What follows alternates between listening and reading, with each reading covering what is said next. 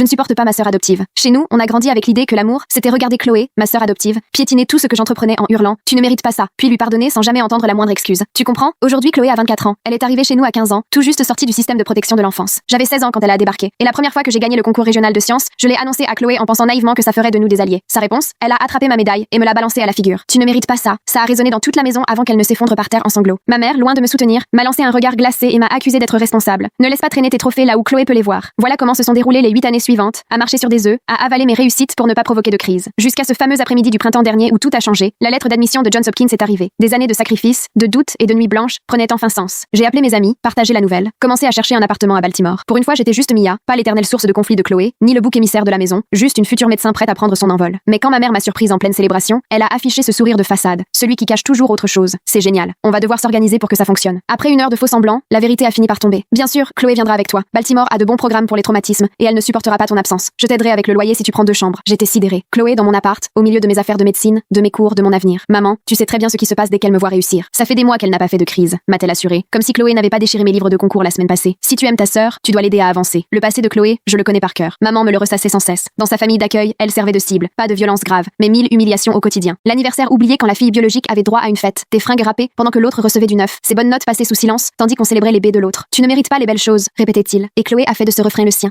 Elle était plus coriace que moi, plus dure, mais au fond d'elle tout était prévisible. Si elle fixait un objet 10 minutes, on savait que ça allait mal finir. 15 minutes, et c'était la catastrophe assurée. Il fallait tout planquer, ne jamais afficher la moindre réussite. Mes 4 ans de fac de médecine, ça ne se cache pas. Je me souviens de mes 18 ans, le jour où Chloé est tombée sur mes lettres d'admission à la fac. J'ai compris ce qui s'était passé en voyant une fine poudre blanche dans mon assiette à la cuisine. L'odeur m'a tout de suite alertée, c'était du poison pour rat. Mais t'es complètement folle, ai-je crié en la pointant avec ma fourchette. Chloé a éclaté de rire, tandis que maman m'expliquait que je devais arrêter de me vanter et rester humble. C'est à ce moment que j'ai compris que maman ne se contentait pas d'ignorer le problème, elle le couvrait. J'ai dit à maman que c'était hors de question que Chloé vienne vivre près de ma chambre universitaire. Elle pourrait toujours venir à Baltimore, m'appeler en visio, je rentrerai pour les fêtes, et même, j'ai proposé de l'aider à trouver un programme pour les traumatismes près de chez nous. Dans ce cas, je ne t'aiderai pas du tout pour tes frais de scolarité, a-t-elle tranché. Très bien, je prendrai plus de prêts, ai-je soupiré. Les 2 mois suivants ont été infernaux. Maman appelait toute la famille pour dire que j'abandonnais ma sœur traumatisée. Elle a même traîné Chloé dans ma pharmacie pour soi-disant l'habituer à la séparation. Chloé a fixé ma blouse blanche pendant 10 minutes, puis a renversé tout un présentoir de médicaments. Tu ne mérites pas ça. Mon responsable les a interdites de revenir. Une semaine avant la cérémonie de remise de la blouse blanche, ma tante m'appelle. Ta mère a pris des billets d'avion. Elle dit que tu ne peux pas exclure Chloé des moments importants. Chloé passe ses journées à regarder ta photo en blouse blanche sur internet. J'ai compris ce que cela signifiait. 8 ans que maman me faisait passer le traumatisme de Chloé avant mon propre avenir. À chaque succès brisé, une excuse liée à la famille d'accueil. Mais je n'étais plus la gamine soumise à la recherche d'approbation de mes 16 ans. Je savais ce que je valais et j'étais enfin prête à m'affirmer. Toute l'histoire est racontée sur ma chaîne, lien ci-dessous.